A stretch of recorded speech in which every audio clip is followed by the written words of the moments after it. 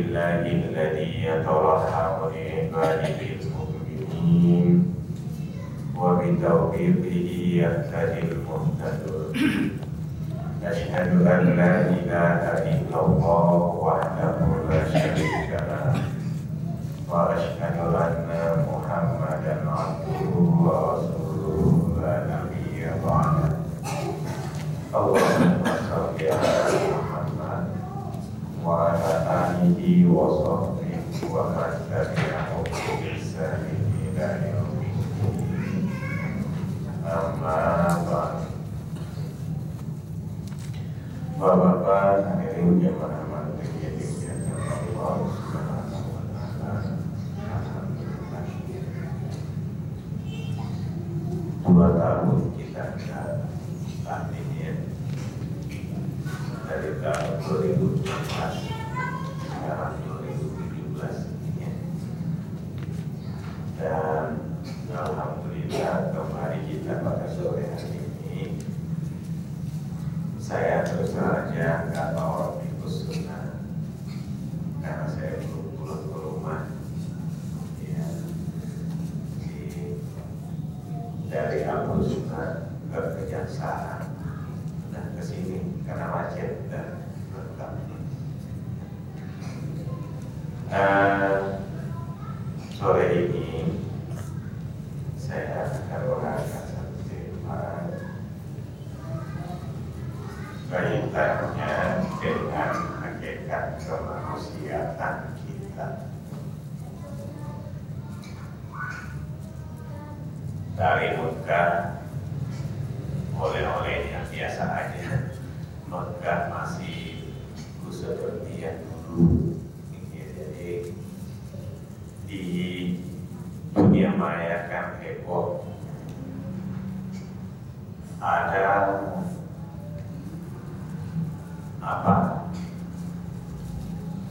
air majul di Gunung Uhud ya, ada sungai di Tabuk, ada salju di Masjidil Haram. Semuanya itu berita nggak benar ya, itu satu pun nggak ada yang benar. Iya, maka saya bilang Mekah masih seperti yang dulu, kering, gersang, batu cadas yang tajam dan lain-lainnya masih begitu. Di sana sih ya musim dingin, Madinah 15 derajat. Ini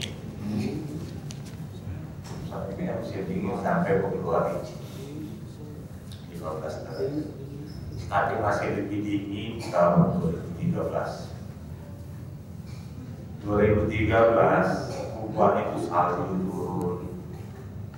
Kalau subuh di Masjid Nabawi 9 derajat. 2013 itu subuh 9 derajat. Nah, saya nggak pakai PC aja udah masuk angin. Itu tahun 2013. Sekarang subuh 15 derajat. Ya ekstrim lah dinginnya. Itu. Jadi semua berita yang mengatakan banyak air, ada sungai, ada air mancur, banjir di Mekah dan lain sebagainya, sungai di Tabuk, penghijauan di Riyadh, berita bohong semua. Gak ada satupun yang benar ya. Tetap saja jadilah alam negeri tanpa pepohonan ya. Kecuali pohon-pohon yang ditakdirkan oleh Allah itu korma. Ada sih pohon Soekarno. Pohon Soekarno itu hadiah yang diberikan Soekarno kepada Raja Abdul Aziz. Memang diteliti ketika itu pohon apa yang kira-kira bisa hidup di negeri yang gersang. Dikasih itu sekarang yang ada di sana.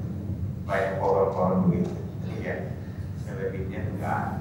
penghijauan apa? Batu Cadas, Gunung Batu. Tapi Nabi mengatakan tidak akan berdiri kiamat sehingga Jazirah Arab kembali hijau. Nabi yang katakan itu maka itu pasti terjadi.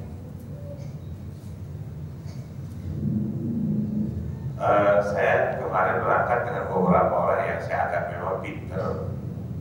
Kok bisa begini? Ya, karena saya kira negeri Arab ini adalah negeri pusat peradaban manusia. Sejak Adam alaihissalam itu para nabi kan. Indonesia ketika itu mungkin cuma air, nggak ada apa-apa. Buka saya bilang di YouTube, kaum Ad, kaum Samud, kota Irak itu jauh ribuan tahun sebelum Nabi Ibrahim. Di belakang Nabi Nuh, Nabi Soleh, Nabi Hud. Itu sudah mereka Iran Lazar iman Allah lam yukhlaq mithluha. Jadi negeri Iran yang punya gedung-gedung pencakar langit kata Allah yang belum pernah dibangun oleh bangsa manapun itu ribuan tahun sebelum Nabi Ibrahim. Di Jazirah Arab gitu. Nah, peradaban ini sudah dibenamkan oleh Allah. Lalu kemudian manusianya juga sama. Itulah yang menjadi fosil. Lalu kemudian itu sebabnya kandungan bumi mereka luar biasa. Minyak itu kan dari fosil. Makanya minyak Arab itu diambil dari tanah, bisa langsung dipakai masukin di mobil. Iya, karena memang di tingkat yang terbaik itu di negeri sana. Jadi saya bilang Indonesia masih hijau. Desa Durhaka mungkin juga akan dibuat oleh Allah seperti itu kan. Kemudian gersang, kemudian bebatuan, kemudian baru sampai pada masa kejayaan Arab itu. Ketika itu mungkin Arab sudah kembali hijau. Iya. Berarti dia memang udah mau kiamat. Baik itu. Baik Bapak-bapak, hadirin dimuliakan Allah Subhanahu wa taala. Jadi karena saya tidak bawa buku sunnah, saya mengajak kita coba merenungkan hakikat kemanusiaan kita. Itu materi kita sore ini. Pertanyaannya, manusia itu apa? Kalau di dalam Al-Quran, oleh Al-Quran manusia itu disebut apa? Manusia kadang-kadang disebut oleh Allah An-Nas, kadang-kadang insan, kadang-kadang Bashar, kadang-kadang Ibnu Adam. Empat ini yang ada di dalam Al-Quran. Dari penamaan Al-Quran itu masing-masing mengandung makna, dan itulah manusia. Ya. Pertanyaan berikutnya, kenapa Allah menyebut manusia itu, memanggil manusia itu dengan sebutan insan atau An-Nas? Insan atau An-Nas. An-Nas itu apa? An-Nas sebenarnya diambil dari kata nasia. An-Nas itu isim fa'il, subjek, pelaku, orangnya. Nasia artinya lupa. An-Nas karena itu subjek, itu fa'il, berarti orang yang pelupa. Ya, pelupa. Pertanyaan berikutnya, kenapa Allah menamai manusia itu An-Nas berupa? Latar belakang sejarahnya ialah, ini dalam tafsir Al-Qurtubi, karena ketika Allah berkata kepada Adam alaihissalam, la taqraba hadhihi syajarah, janganlah engkau mendekati pohon ini. Itu akad dia dengan Allah, tidak boleh mendekati pohon itu. Tapi dia dilupakan oleh setan. Dia lupa bahwa dia tidak boleh mendekati pohon itu. Lalu kemudian ketika dia lupa dia mendekatinya, maka sejak itu Allah langsung menyebut Adam alaihissalam An-Nasi. An-Nasi. An-Nas tadi isim fa'il ya. Asalnya itu An-Nasiyu. Itu asalnya.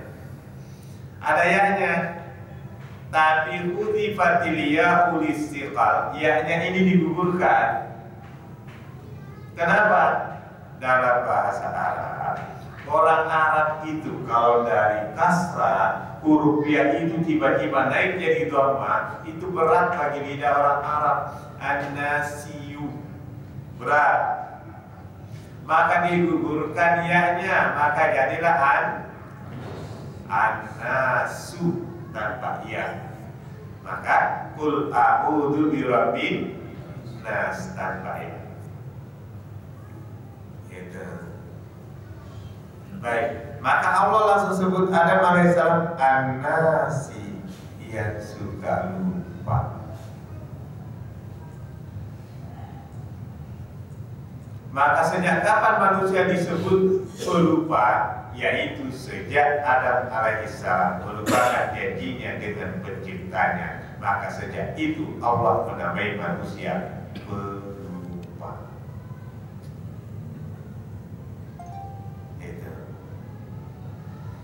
Itu makna dari kata An-Nas. Kedua, insan.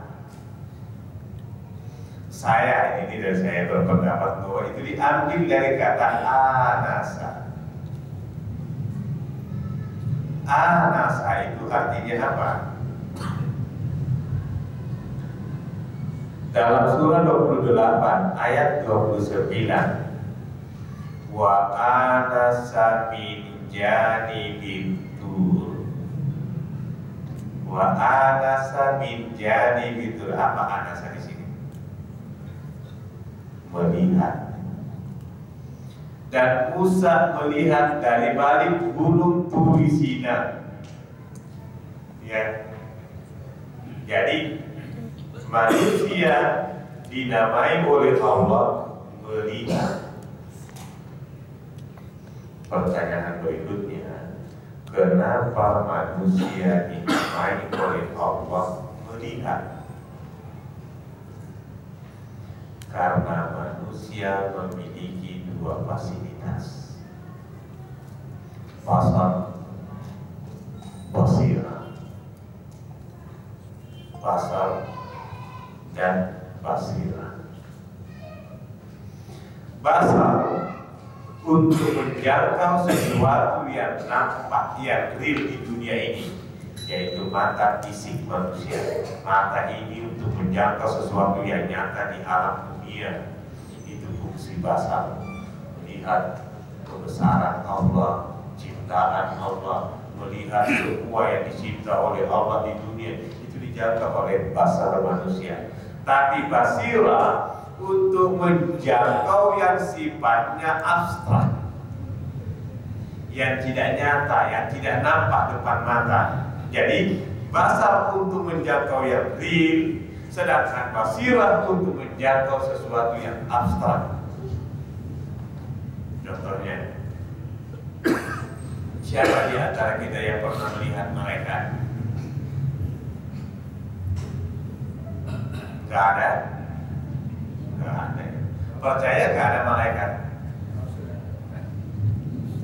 Ya, percaya nggak kita kalau ada malaikat? Dari mana Bapak bisa percaya? Tak pernah lihat. Itulah fungsi basirah. Jadi kalau basar itu mata fisik, basirah itu adalah mata hati. Basirah itu menjangkau sesuatu yang jauh, yang tidak nampak. Kita tidak pernah melihat zat Allah, tapi kita yakin Allah gitu kan. Kita tidak pernah melihat malaikat, tapi kita yakin karena Allah menyatakan ada, pasti ada. Kita belum pernah ada yang datang ke surga ataupun ke neraka, tapi kita yakin ada surga dan ada neraka.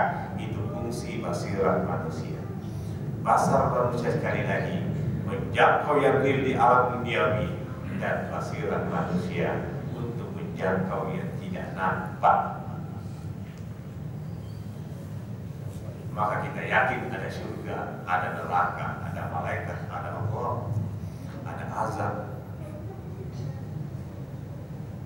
Maka manusia dinamai ada satani melihat. Itu yang kedua. Ini baru dari aspek bahasanya, tapi insya Allah kita tidak lebih dari jam 8. Yang ketiga, manusia disebut pula basyar. Basyar. Tadi kan insan ya, innal insana khuliqa halu'a. Iya. Basyar. Ma ana illa basyarum mithlukum. Tiadalah saya ini melainkan manusia kayak kamu. Jadi basyar itu manusia. Pertanyaan berikutnya, kenapa manusia dinamai basyar? Basyar itu apa? Falamma, ini dalam hadis Bukhari Muslim dari Aisyah radhiyallahu anha, falamma arwa sa'ira jasadin arwa basyaratahu. Basyar itu apa? Basyara itu ialah kulit,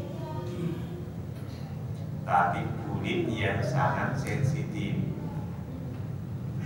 Kalau orang biologi bilang itu hari-hari. Ini sebenarnya tangan saya belum menyentuh kulit saya, tapi sudah terasa. Seolah-olah sudah tersentuh, padahal belum. Sudah ada perasaan itu. Itulah basyar. Di dalam surah An-Nisa ayat 56, kullama nadijat juluduhum badalnahum juludan ghairaha liyaduqul adab. Setiap kali kulit mereka nabis, di terjemahan nadis itu terjemahan Quran kita artikan apa? Hangus. Saya selalu menyalahkan itu, tapi tidak salah sebenarnya. Karena coba siapa yang bisa bahasa Arab? Apa betul nabis itu artinya hangus? Bapak tidak akan pernah ketemu dalam kamus apapun nabis artinya hangus. Nabis itu artinya matang. Nabis itu kalau mangga dari muda sudah menjadi matang, lembek. Kalau beras yang dimasak, yang beras itu keras, dimasak tiba-tiba lembek kayak bubur, itu namanya nabis. Itu.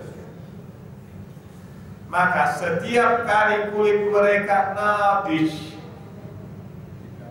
berarti sesuatu yang nabis apa? Kayak bubur yang lembek itu, apa betul hangus apa ini bubur itu kalau lembek? Kan enggak kan? Meleleh. Ya. Maka setiap kali kulit dan dagingnya itu meleleh, habis kata Quran. Itu nanti di neraka manusia begitu ini habis, meleleh. Kalau hangus kan berarti nempel dalam tubuh semuanya. Kalau kering kan, kalau hangus. Tapi Quran mengatakan nabis itu berarti ini meleleh, netes ini kayak lilin ya netes ya, netes sampai habis nih kulit, habis daging, habis tulang, semuanya dibakar oleh Allah. Mu'idat kama kana, dikembalikan lagi seperti semula. Terus begitu, la yamutu fiha wa la yahya, enggak hidup tapi juga enggak mati. Itu namanya knowledge. Lebih serem sebenarnya kalau mau jujur, najis daripada hangus itu harit. Terbakar hangus itu harit. Iya. Mulai seperti itu. Maka Basyar diisyaratkan oleh Allah bahwa ini yang sensitif. Tidak tersentuh tapi seolah-olah sudah disentuh. Karena manusia itu pada dasarnya sangat sensitif. Dan panca indera manusia, 5 indera manusia yang paling sensitif menurut isyarat Al-Quran adalah kulit. Yang paling sensitif adalah kulit. Itu isyarat Al-Quran. Yang keempat, manusia disebut pula oleh Allah Ibnu Adam. Ibnu itu artinya sesuatu yang berkembang biak. Dari 2 ciptaan Allah, Adam alaihissalam, sekarang ini manusia sudah lebih 6 miliar yang hidup. Udah mati pasti kalau lebih banyak. Itulah berkembang biak. Bapak-bapak hadirin jemaat maghrib yang dimuliakan Allah Subhanahu wa taala. Itulah makna insan menurut bahasa. Menurut bahasa. Mari kita lihat. Ini saya suka angkat materi ini supaya juga menyegarkan dalam ingatan saya. Ya, saya juga punya kepentingan di dalam. Yang kedua, menurut istilah. Jadi tadi aspek bahasanya, sekarang menurut istilah. Manusia itu apa? Ini definisi dari Ibnu Taimiyah. Manusia itu ialah makhlukun mukarram, mukawwanun min jasadin wa ruh, al-mukarram bi wazifatil ibadah wa risalatil khilafat wa siyadatil fil ardh. Itu definisi manusia kata Ibnu Taimiyah. Manusia ialah makhluk yang mulia, yang terhormat, terdiri dari jasad dan ruh. Ia terhormat dengan 3 tugas pokoknya. Apa itu? Al-mukarram bi wazifatil ibadah, ibadah kepada Allah. Wa risalatil khilafah, pembawa risalah kekhalifahan. Yang ketiga, wasiyadatil fil ardh, dan sebagai pemimpin di muka bumi. Ini tugas pokok manusia, 3 kali.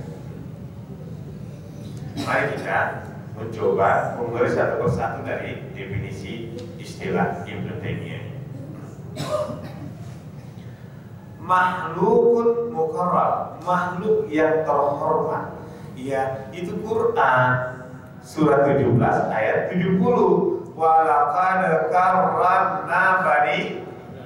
Itu Quran. Jadi sungguh kami muliakan anak cucu Adam, kata Allah. Jadi ini bukan dikarang, ini rangkaian dari berbagai macam ayat. Mukawwanun min jasadin wa ruh, terdiri dari jasad dan roh. Manusia itu dicipta oleh Allah dari jasad dan roh. Jasad manusia dicipta oleh Allah dari unsur-unsur yang ada di tanah. Maka ia membaca buku dialog tentang ketuhanan Yesus antara Kiai Haji Baharudin dan Antoni Widuri. 2 malam mereka berdebat di Surabaya. Ini orang Madura. Kiai Haji Bahodin ini orang Madura. Surabaya. Jadi Pamekasan ya ini kan. Ini orang Madura. Kiai Haji Bahodin. Antoni Widuri ini pendeta, tapi anak muda. Pintar, dia bilang gini pada bulan Ramadan, Pak Kiai, kata kalian Al-Quran itu tidak ada satu ayat pun yang kontradiksi antara satu dengan yang lain. Tapi saya udah tamat berapa kali baca Quran, justru saya menemukan begitu banyak ayat yang kontradiktif. Kata Kiai Haji Bahodin, ayat apa tuh?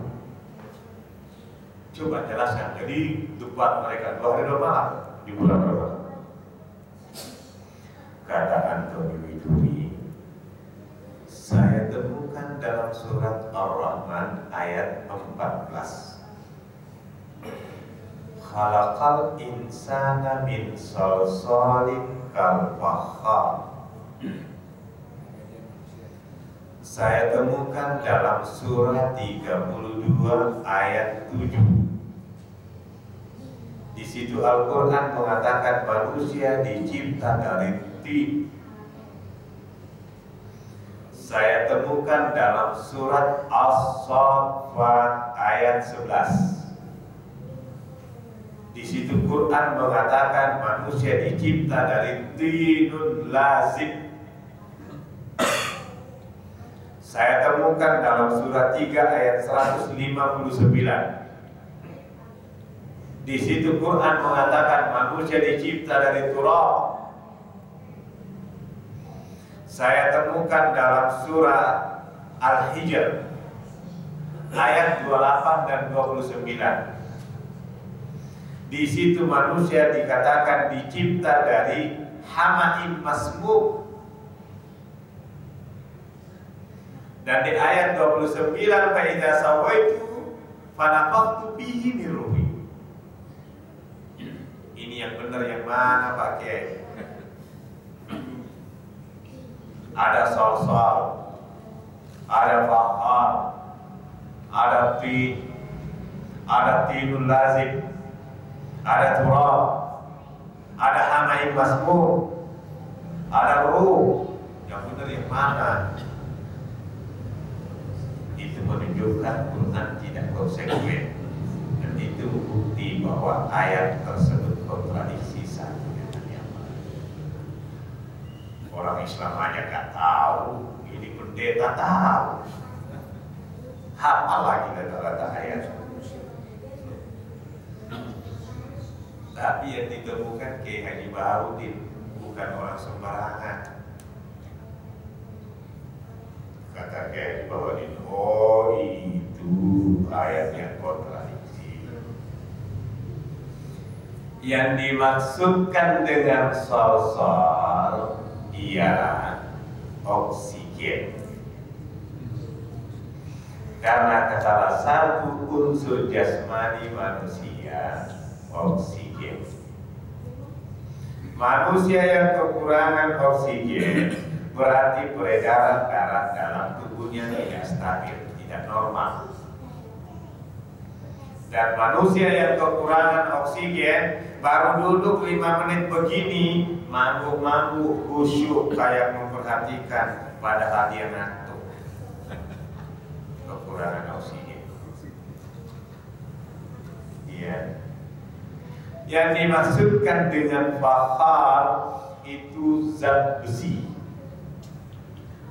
Karena salah satu unsur jasmani manusia zat besi. Manusia yang kekurangan zat besi itu pasti dia sakit, perlu makan jenis sayur-sayuran tertentu agar kembali dia normal dan sehat, tidak sakit lagi. Dan yang dimaksudkan dengan tin ialah atom zat air.